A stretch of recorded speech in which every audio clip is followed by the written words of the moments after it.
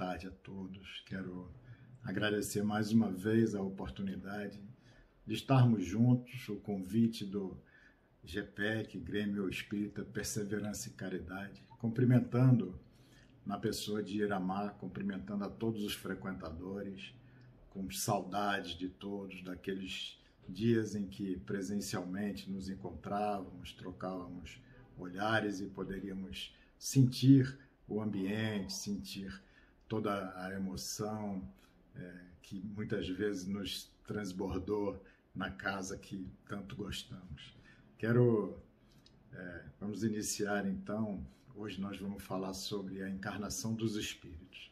Antes de começar, vamos pedir a Deus, fazer uma ligeira prece, pedindo a Deus, pedindo a Jesus que nos abençoe, pedindo que nossos mentores espirituais possam estar conosco, unidos a nossa mente e coração, para que as palavras aqui ditas possam ser bem interpretadas, possam ter a inspiração de nosso mentor para encontrar uma forma de fazer repercutir a fala de hoje.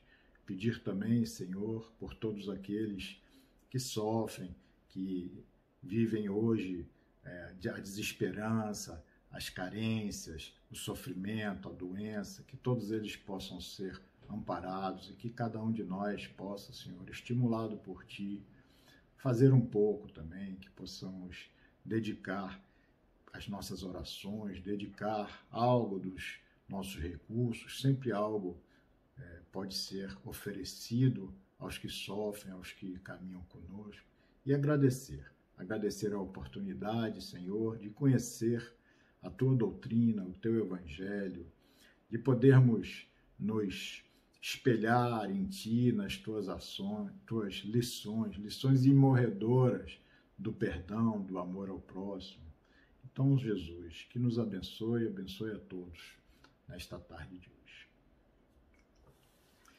Pois bem, então, mais uma vez, cumprimento a todos e vamos falar da encarnação dos espíritos nessa tarde. Por que nós, os seres espirituais que somos, criados no mundo espiritual, destinados a viver no mundo espiritual, por que nós precisamos encarnar no mundo material? Nós fomos criados, simples e ignorantes. Simples porque não serão agregados novos elementos. Nós somos o Espírito, um elemento único que, na sua simplicidade, ele vai capacitando-se, ele vai agregando conhecimento, ele vai iluminando-se a partir de sua simplicidade. Ignorantes porque nada conhecíamos. Por não conhecermos, por conta disso, nós necessitamos crescer, desenvolver o nosso potencial evolutivo, desenvolver capacidades. E somos perfectíveis, fadados à perfeição. Deus é perfeito, mas nós somos perfectíveis. Estamos fadados a alcançar a perfeição. Esse processo é algo que é como uma força viva, nada pode se opor. É uma força viva em ação dentro de nós. E nós temos, do ponto de vista de que Kardec nos orienta e do ponto de vista da nossa colocação no mundo, nesse universo espiritual e físico, existem 3 tipos de espíritos. Existem os encarnados, 3 condições para os espíritos. Existem os encarnados, os que estão encarnados, os espíritos errantes, ou seja, errantes são aqueles que não estão encarnados, estão no plano espiritual.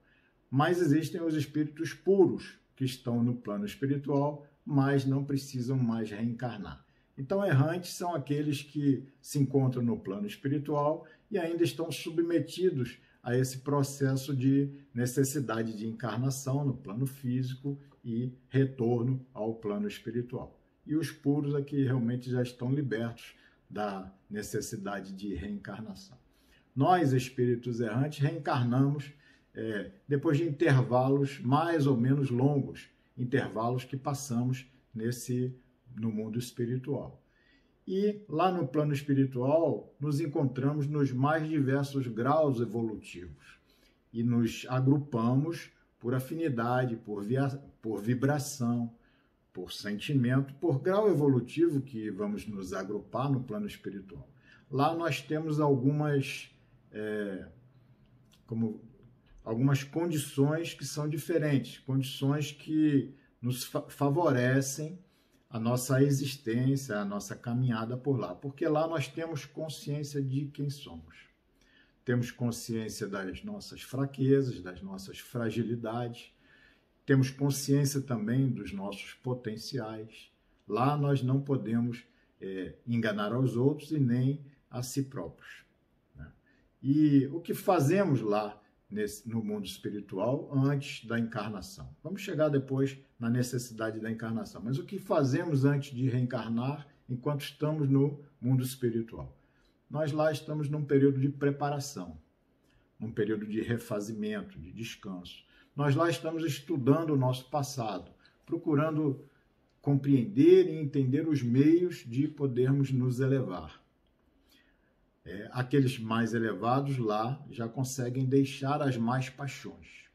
No mundo espiritual, nós vamos então, a partir desse estudo, a partir desta determinação de nos elevarmos, nós vamos escolher o gênero de provas. Os detalhes das provas vão depender da nossa conduta aqui já encarnados. Lá escolhemos apenas o gênero das provas e podemos progredir.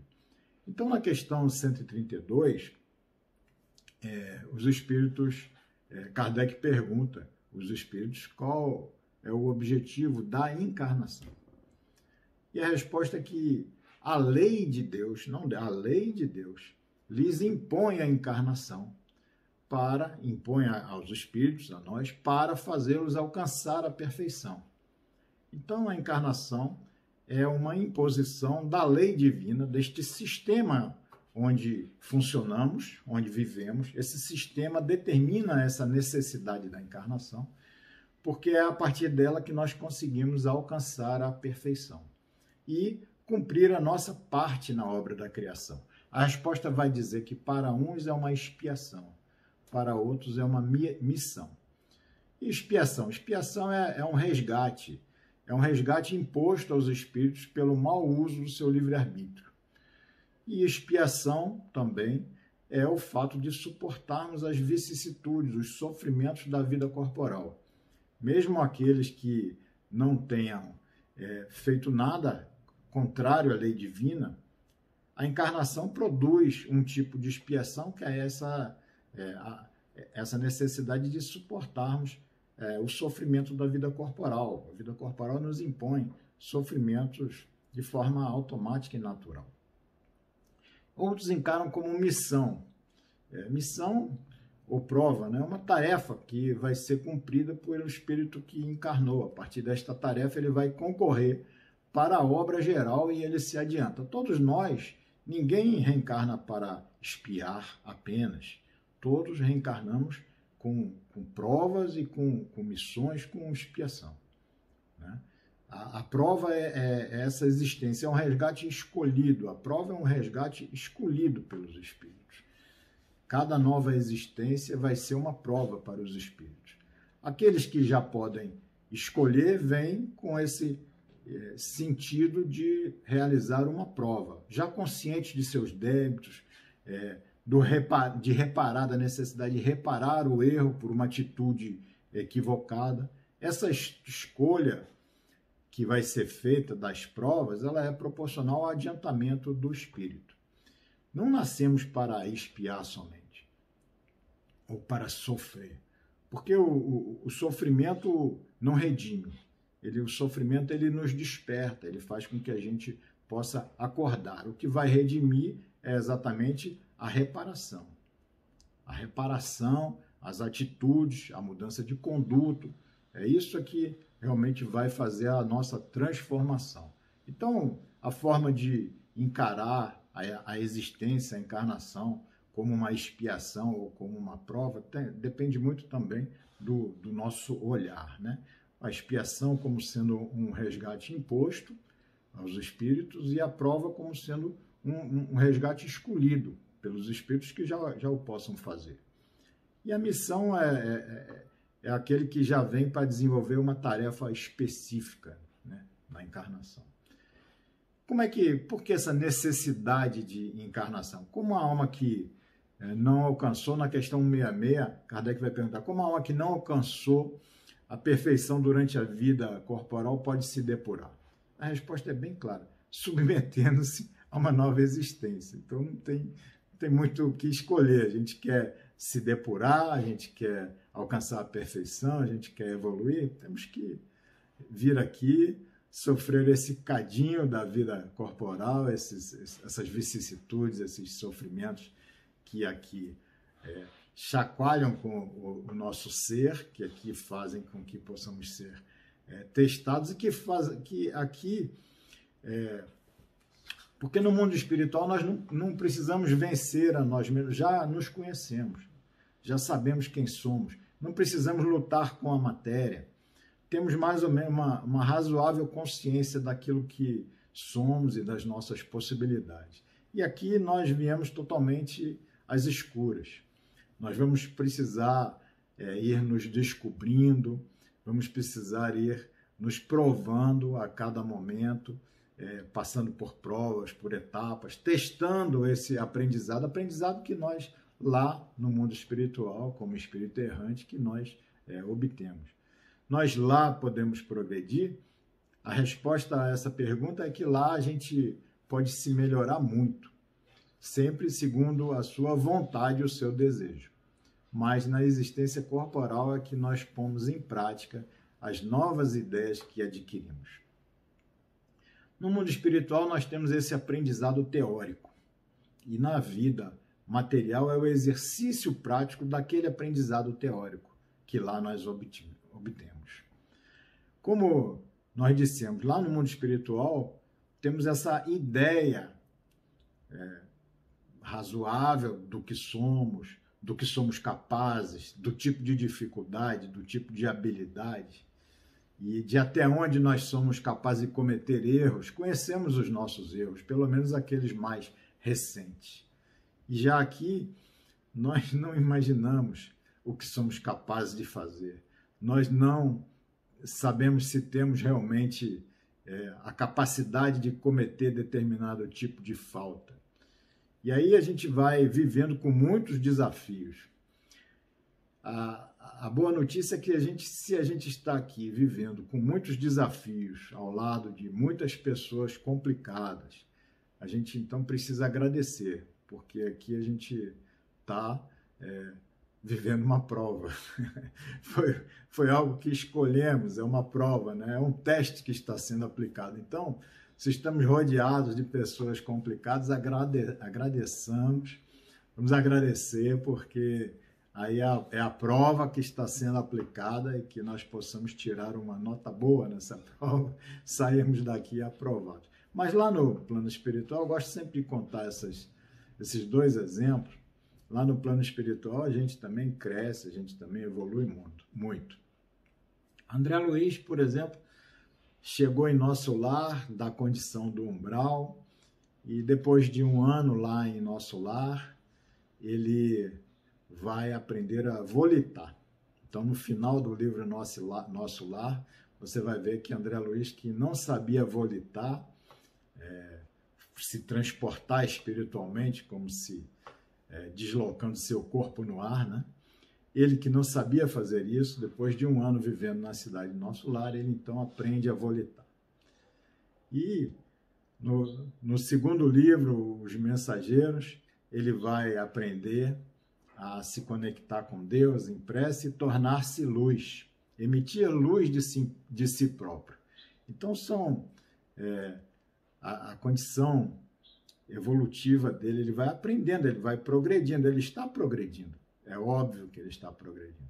Outro exemplo é o irmão Jacó, Frederico Figner, que foi vice-presidente da Federação Espírita, era muito atuante e doutrinava os espíritos aqui nas sessões mediúnicas, sempre com muita rigidez, era objetivo enquanto encarnado, rígido, e sempre dizia aos espíritos: faça sua luz, faça sua luz. busca a luz em si, faça a sua luz. E quando ele desencarna, ele vai ser constantemente acusado pelos espíritos, por esses espíritos menos evoluídos, vai ser constantemente acusado por esses espíritos. Eles lhe perguntam: onde está a sua luz? Cadê a sua luz? Né? Porque ele falava para que os espíritos fizessem a sua luz, mas ele não fez o trabalho em si próprio.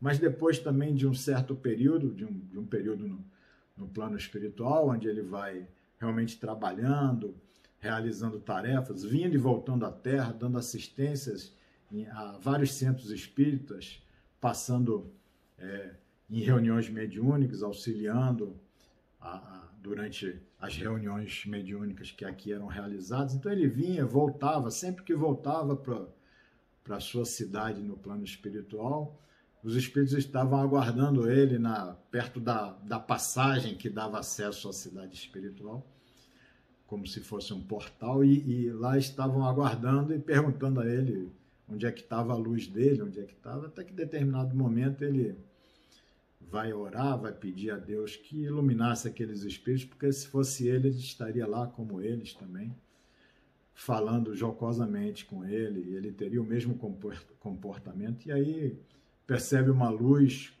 chegando, ele pensa que é algum amigo dele que já tinha essa capacidade de fazer-se luz, e pensou que era algum amigo, e os espíritos então fogem, se afastam dele, e ele vai perceber que era ele que tinha conseguido adquirir essa capacidade pelo amor que dele desprendia, por essa conexão com Deus.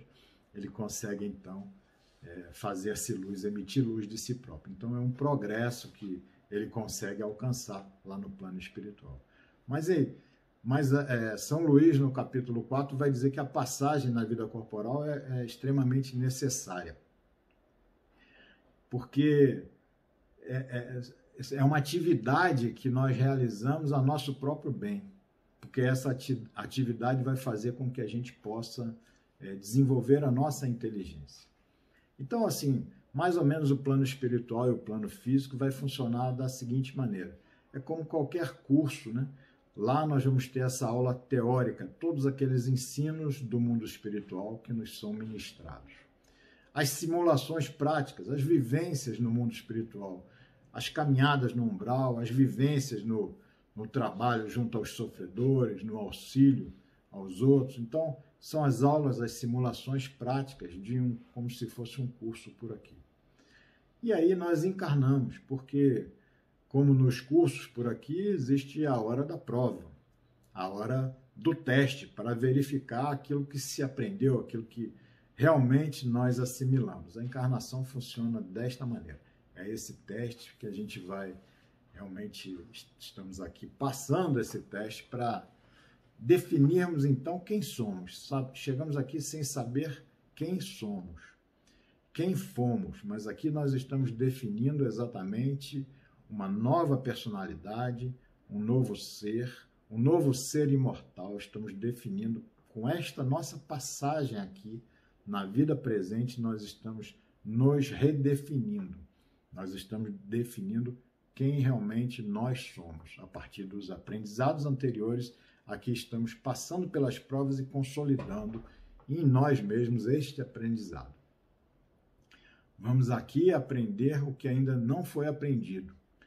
Encarnar é educar-se, é aumentar os conhecimentos do espírito, a partir de novos elementos, porque cada encarnação vai trazer, inclusive impossível de prever no plano espiritual, porque o progresso do mundo é de forma estonteante, né? Nós vemos que por exemplo, e a maioria das pessoas, tirando os jovens, nós não tínhamos celulares em 2001, 2002, 2005, talvez. Não tínhamos os aparelhos celulares, não tínhamos essas condições. E nós aqui vamos, a partir desses novos elementos que nós vamos interagir, essas novas possibilidades de conhecimento, numa encarnação que todos nós estamos tendo hoje, nós temos um volume de informações 1000 vezes superiores ao volume de informações que nós obtínhamos numa encarnação há 1000 anos atrás. Então, todo esse novo ambiente, esses novos elementos vão contribuir para que a gente possa construir a nossa evolução espiritual. A encarnação é esse laboratório dessas nossas experiências evolutivas. Há também uma pergunta sobre aqueles que seguiram o caminho do bem, se eles têm necessidade da encarnação. E a resposta é que Deus é justo, não poderia fazer alguns felizes sem dificuldades e sem trabalho, por conseguinte, sem o mérito. Então, aqui, a encarnação, todos fomos criados simples, ignorantes, e vamos nos instruindo nessas lutas, nessas tribulações da vida corporal. Kardec gosta de ir a fundo, às vezes, nos questionamentos, e vai falar de que serve os espíritos terem seguido o caminho do bem, se não os isenta da dificuldade da vida corporal. E a resposta é muito inteligente, porque vai dizer que eles alcançaram mais depressa o objetivo. Alcançarão mais depressa o objetivo. E as dificuldades são consequência da imperfeição do espírito. Quem não tem imperfeições, quem não é invejoso, não é ciumento, não é avarento nem ambicioso, não terá o tormento desses defeitos. Então, quanto menos imperfeitos nós somos, mais a encarnação vai se apresentar para cada um de nós com um aspecto mais de prova, com um aspecto até de missão, muitas vezes, do que com um aspecto de vicissitudes, sofrimentos e com um aspecto de expiação. Então, o mundo exterior é o reflexo daquilo que a gente tem interiormente, né? O esquecimento do passado é uma vantagem tremenda. Por isso que a necessidade da encarnação se funda em muitos aspectos, mas esse é um dos aspectos importantíssimos, porque como é que nós poderíamos nos harmonizarmos com aqueles que estamos num processo de divergência profunda? Como poderíamos, se lá no plano espiritual nem próximos nós conseguimos nos localizar perto dessas pessoas cujas divergências são muito grandes? Lembrando desse ódio, vai surgir um sentimento de antagonismo muito grande. Então, se a gente se lembrasse do passado, a gente estaria humilhado. Ou então, se a gente se lembrasse do passado, aqui na encarnação, perante alguém que chegasse próximo de nós, numa nova vivência, nós estaríamos com o orgulho exaltado, achando que nós somos aqueles que temos a condição de superioridade perante o outro. Então, o espírito vai sempre renascer no meio em que viveu, estabelecendo novas relações com as mesmas pessoas, a fim de reparar esse mal que haja feito, sem a lembrança do passado, para que ninguém precise estar humilhado ou para que ninguém equivocadamente possa se sentir orgulhoso frente a isso. A gente vai ver várias histórias, no livro Os Mensageiros, Alfredo e Ismalha estão providenciando, Ismalha em especial, que é um espírito muito evoluído, está providenciando a reencarnação de um espírito, Paulo, que tinha cometido muitos equívocos junto a ela e seu esposo Alfredo,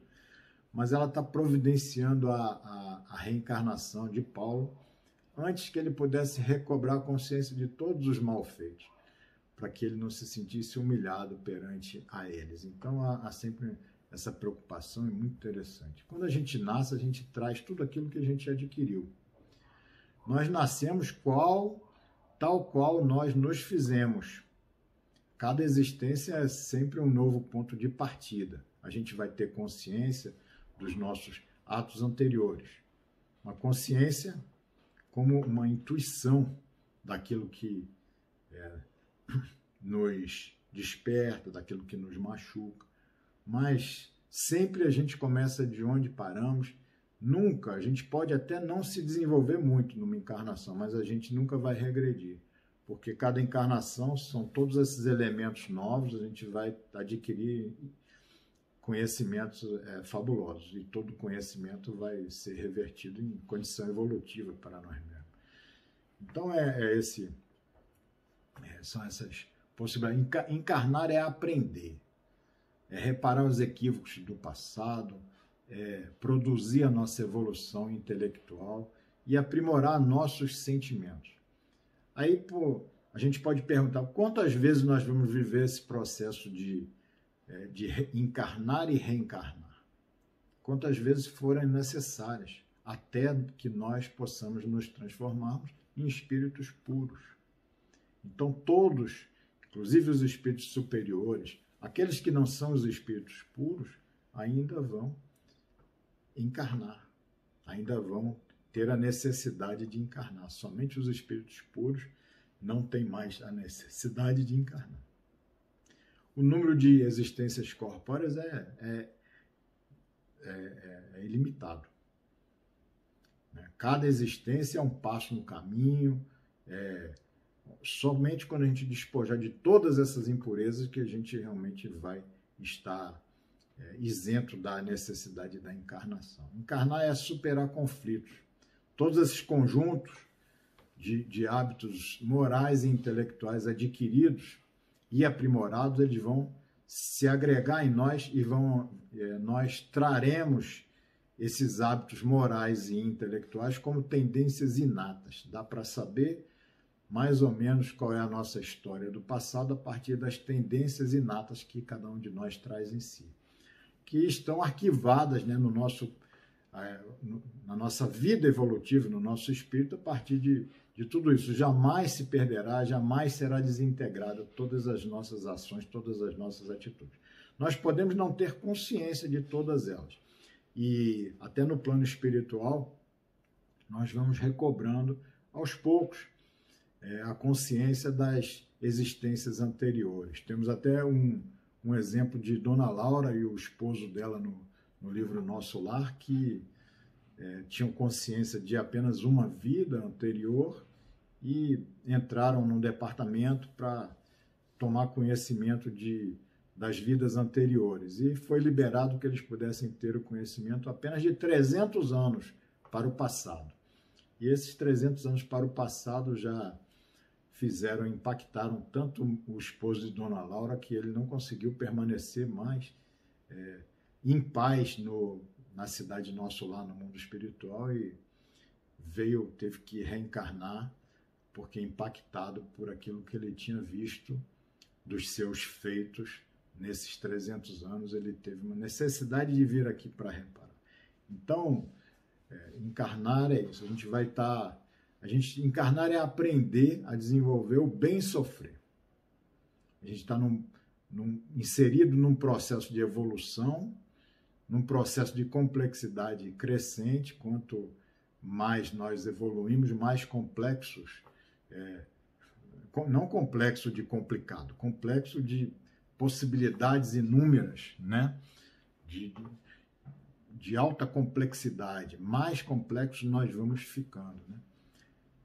Com mais complexidade crescente em nós. Vamos desenvolvendo novos potenciais e habilidades para que, a partir de determinado ponto, com potenciais e habilidades agregados, e que nós estejamos seguros de quem somos, seguros desses potenciais que já adquirimos, nós mergulharemos na encarnação sem preocupação e sem medo, porque venha o que vier, estaremos preparados para qualquer tipo de situação, porque já sabemos quem somos, sabemos a nossa postura, sabemos de que modo nós seguiremos em frente. Joana de Ângeles vai dar um conselho que é muito interessante sobre a nossa vida. A gente tem que aprender a desenvolver o bem sofrer. O bem sofrer são 5 passos que ela nos orienta. Esquecer as coisas do passado, ter fé no futuro, ter Jesus no coração, o amparo da prece constante e a prática incessante do bem. Esse é o bem sofrer. Porque aquilo que a gente faz realmente retorna para todos nós, né? A alma, né? O que é a alma? Não vou entrar nesse tema com nenhuma complexidade, porque a alma, para nós, é algo muito claro.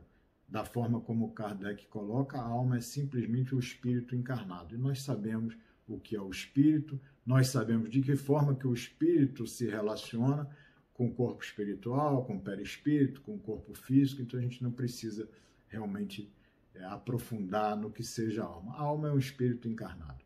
Desencarnados somos apenas espíritos. E o materialismo faz parte do capítulo Encarnação dos Espíritos, também um tópico sobre materialismo. Eu só quero, para a gente caminhar para o final, para a gente ir para o final da palestra, eu quero falar sobre o materialismo. O materialismo, depois dar um exemplo bem a calhar com relação ao que nós vivemos hoje, né? Porque nós agora estamos vivendo a nossa Páscoa. Eu vou dar um exemplo sobre a Páscoa e de que maneira que o materialismo termina por influenciar a tudo. O materialismo ele acaba sendo ensinado nas escolas, ele acaba se tornando algo que nós acreditamos como se fosse uma verdade científica. A gente acaba por desprezar tudo aquilo que não se relaciona com o materialismo e terminamos por valorizar tudo aquilo que tem esse cunho da chancela do materialismo. A gente coloca como objetivos da nossa encarnação inúmeros propósitos para a vida física, para a vida no mundo material. E poucas vezes nós colocamos propósitos para a nossa vida do ponto de vista espiritual. Nós não sabemos equilibrar, porque o materialismo se tornou tão grande, tão forte, tão disseminado, tão imiscuído em tudo da nossa vida, que nós não conseguimos muitas vezes discernir. E colocamos propósitos e propósitos do plano material, da vida material. O materialismo, até num vídeo que nós vemos de YouTube, para cada, sei lá, X segundos para que nos apresente uma propaganda. O consumismo, ele é uma das expressões desse materialismo. A cada rede social que a gente entra, a gente está, de certa maneira, interagindo fortemente com o materialismo, porque vem uma propaganda, vem um apelo, vem o narcisismo, que também, de certa forma, tem a ver com esse egoísmo e com essa educação que o materialismo vai nos passando.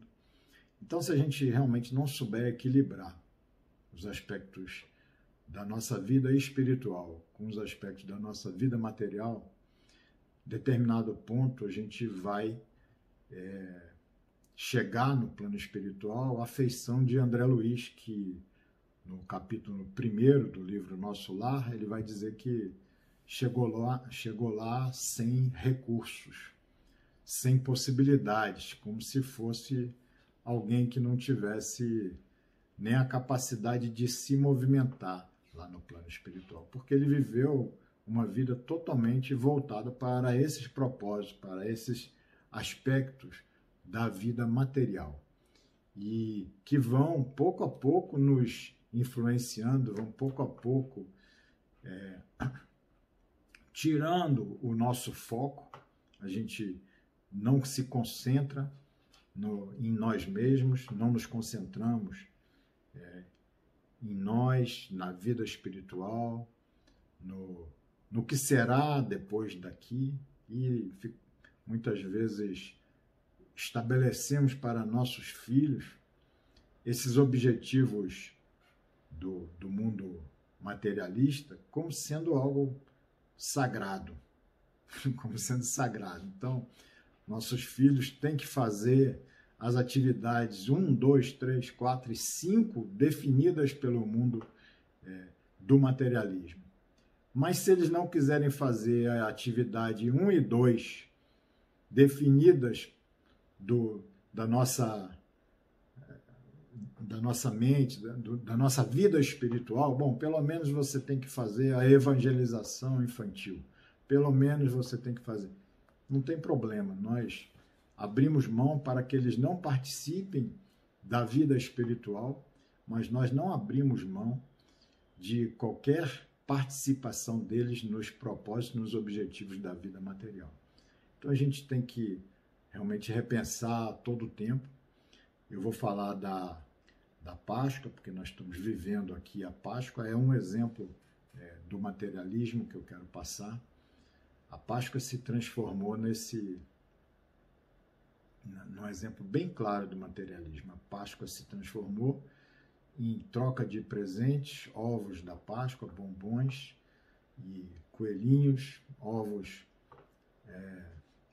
manufaturados, cada vez com uma arte, um apelo de consumo, e nós esquecemos o objetivo principal, né, da Páscoa, o que seria a Páscoa para nós.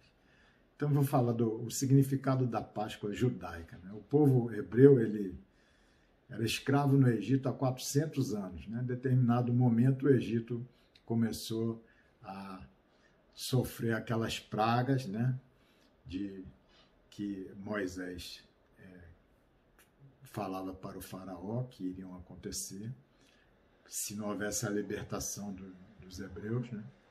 E a 10ª praga foi um determinado momento que o Egito foi visitado por aquele anjo da morte que eliminaria todos os primogênitos. Foi a última praga e a partir dali o faraó concedeu a libertação deles.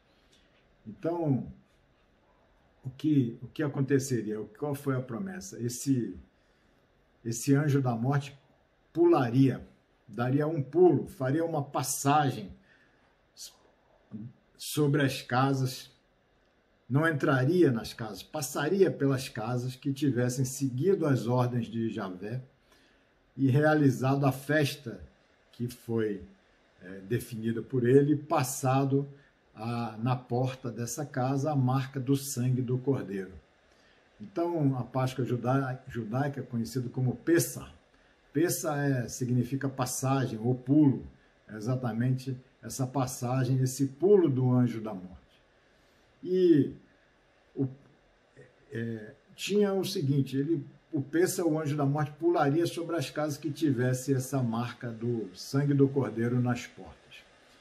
E tinha, dentro dessas orientações da festa, esse cordeiro, ele tinha que ficar uma semana com a família, dentro da casa. As crianças brincavam com ele, todos se afeiçoavam a ele, e depois de uma semana, na sexta-feira de Páscoa, a Páscoa judaica, na sexta-feira, depois de uma semana, esse cordeiro seria sacrificado. E as crianças e todo mundo tinha se afeiçoado àquele animal e sacrificavam o animal, e ele seria comido. Então, dessa maneira, pelo sacrifício do animal, dessa maneira o anjo da morte deixaria de sacrificar o primogênito, e pelo sacrifício do cordeiro que conviveu uma semana com eles se afeiçoaram de uma certa maneira. Eles terem que se alimentar daquele cordeiro na Páscoa era para eles também uma experiência de dor, de perda e uma experiência espiritual, a experiência da perda de alguém que você se afeiçoou. Então, para os judeus, a Páscoa também é chamada festa da libertação, porque a partir dessa praga, o faraó concedeu a libertação deles, mas é uma experiência espiritual, uma experiência de perda, uma experiência de desilusão. Né? E por isso Jesus se dizia o Cordeiro, né? Porque ele também esteve com quase 3 anos convivendo com todos e todos se afeiçoando a ele, todos de uma certa maneira se aproximando, amando-o, e depois eles viveriam essa solidão a partir do sacrifício de Jesus, da mesma maneira do sacrifício do Cordeiro na sexta-feira de Páscoa, o sacrifício de Jesus, que foi levado à cruz também numa sexta-feira de Páscoa. E aí, eles então, depois do sacrifício de Jesus, viveriam essa solidão, essa distância do Mestre, mas que vai representar essa perda também do Mestre, vai representar também uma ascensão espiritual. Para os cristãos, vão comemorar a Páscoa como a ressurreição de Jesus, celebrando a Páscoa em memória de Jesus. da sua amizade, do seu amor. Nós, os espíritas, vamos, acima de tudo, celebrar a libertação que ele veio nos trazer com esse código de amor, esse código de conduta dos mundos celestes que ele veio nos trazer, permitindo que a gente possa caminhar e trilhar nosso roteiro evolutivo de forma mais retilínea, sem tantas dificuldades. E comemoramos também o fato do entendimento de que a morte é apenas um portal para esse mundo espiritual e que a vida não cessa. Que Jesus veio nos libertar da matéria e da escravidão, dos sentidos da escravidão que o materialismo, de certa maneira, procura nos impor. Então, a Páscoa, que se dará a comemoração para nós ocidentais amanhã, no domingo, ela é uma mensagem de amor incondicional, de perdão, de vida eterna, de evolução. Então, que a gente tenha a possibilidade de pensar nisso enquanto estamos também comendo os nossos ovos de chocolate decorados. Que todos nós possamos ter uma boa Páscoa, que todos nós possamos ter, acima de tudo, essa mensagem de Jesus vibrante em nossos corações. Eu agradeço a todos a oportunidade, espero que possamos nos ver brevemente e que Jesus nos abençoe a todos, hoje, agora e sempre. Que assim seja.